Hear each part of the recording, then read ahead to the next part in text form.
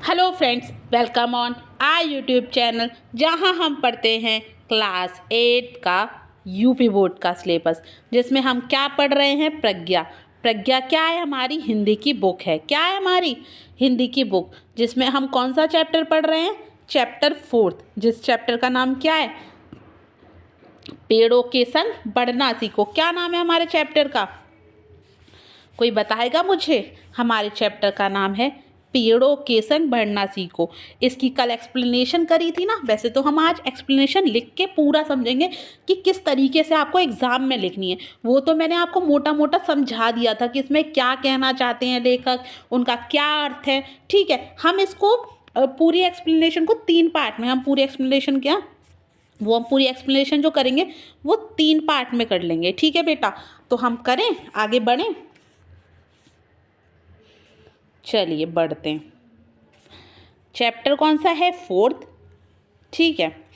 बहुत दिनों से सोच रहा था थोड़ी सी धरती पाऊं, उस धरती में बाग बगीचे जो हो सकें लगाऊं, खिले फूल फल चिड़ियां बोलें, प्यारी खुशबू डोले, ताजी हवा जलाशय में अपना हर अंग भिगोले। चलो, क्या कह रहे हैं इसमें कभी? ठीक है, वो समझने की कोशिश करेंगे। संदर्भ, ये क्या है हमारा? संदर्भ। चलिए करें संदर्भ। ठीक है, हमें संदर्भ, प्रसंग और व्याख्या, आपके पेपर में लिखा होता है कि संदर्भ सहित व्याख्या कीजिए, तो हमें संदर्भ लिखना होता है। संदर्भ में कुछ नहीं लिखना होता। ये जो आपका जो भी पैरा दिया गया है, वो पैरा कहाँ से लिया गया है, किस बुक से लिया गया है, उसके राइटर कौन है, बस आपसे ये पूछा जाता है। अगर संदर्भ पूछेगा तो वही हमने इसमें लिखा है। प्रस्तुत गद्यांश हमारी पाठ्य पुस्तक प्रज्ञा किससे लिया गया है? प्रज्ञा के पाठ किससे? पेड़ों के संग बढ़ना सीखो। किसने लिखा है? ये किसके द्वारा रचित है? तो इसके रचयिता कौन है? श्री सर्वेश्वर दयाल सक्सेना जी। कौन है इसके रचयिता?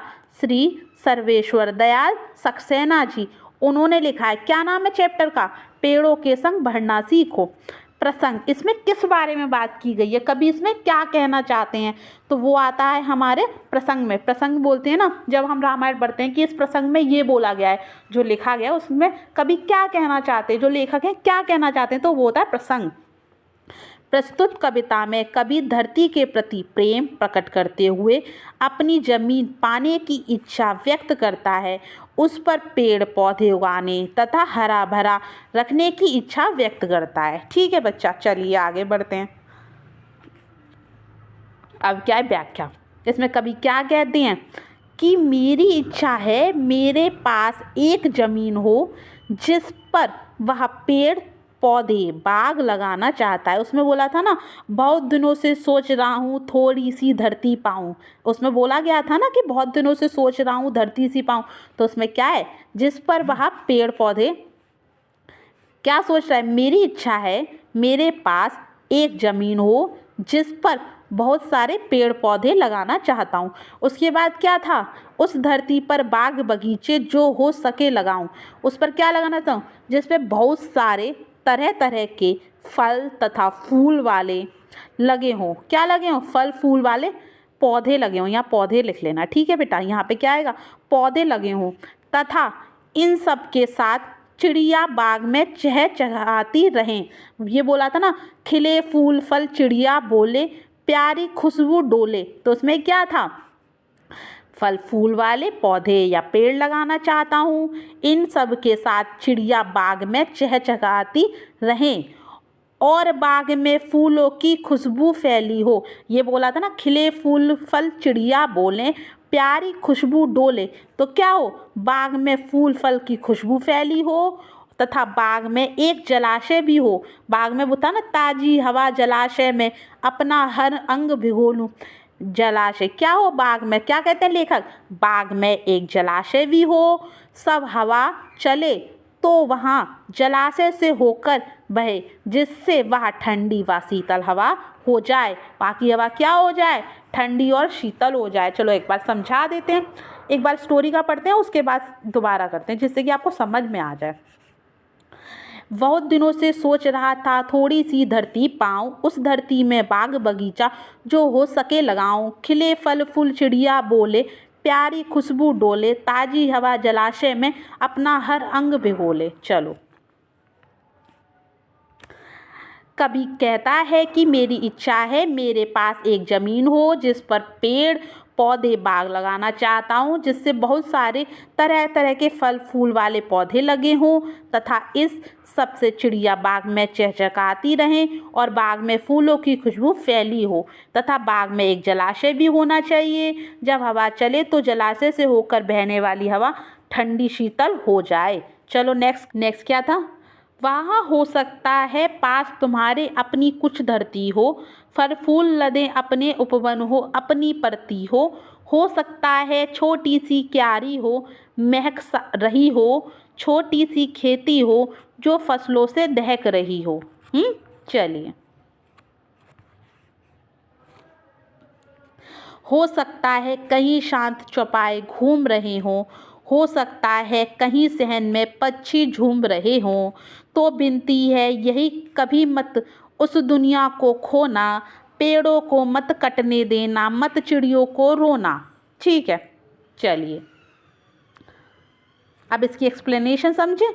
संदर्भ तो आपको पता ही है क्या था कि किससे लिया गया, पेड़ों के संग बढ़ना से। इसके रचयिता कौन है? श्री सर्वेश्वर दयाल सक्सेना जी हैं। प्रज्ञा से लिया गया है। व्याख्या में तो आपको पता ही। चलो, प्रस्तुत पद्यांश में कवि कहता है कि हो सकता है कि आपके पास अपनी जमीन हो जिसमें फूल फल से लदे हों, बाग बगीचे हों और ऐसी जमीन हो जिस पर कुछ ना लगा हो। कहा था ना, क्या कहता? हो सकता है पास तुम्हारे अपने कुछ धरती हो, फल फूल लदे हों, अपने उपवन हो और अपनी परती हो। परती यानी खाली जगह, ऐसी जमीन जिस पर कुछ ना लगा हो, जो खाली हो सकता है उसमें छोटी छोटी क्यारी बनी हो जो फूलों से महक रही हो सकता है छोटी सी क्यारी हो, महक रही हो, छोटी सी खेती हो जो फसलों से दहक रही हो।